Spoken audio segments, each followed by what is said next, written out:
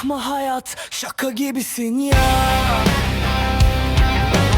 Bir güldürüyorsun, bir ağlatıyorsun ha. Sabah pozitif, ben akşam yine of ya.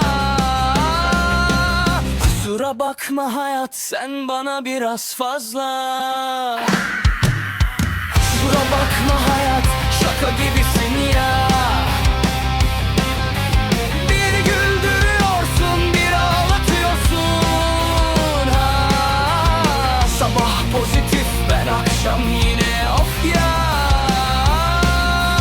Kusura bakma hayat, sen bana biraz fazla.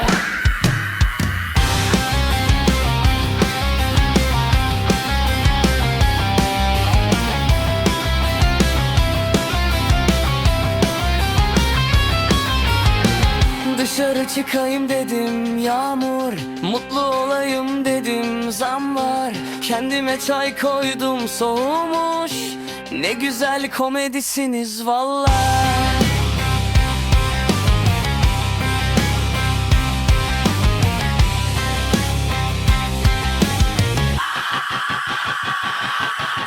Kusura bakma hayat, şaka gibisin ya.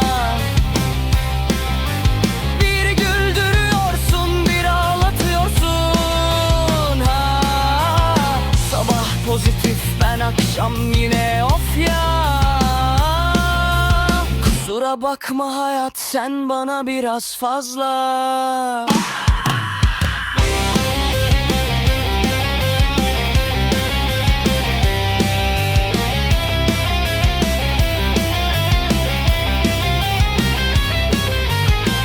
Dışarı çıkayım dedim yağmur, mutlu olayım dedim zam var.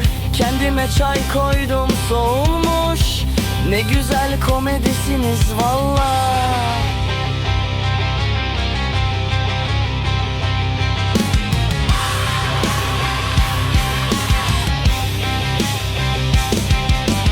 Kusura bakma hayat, şaka gibisin ya.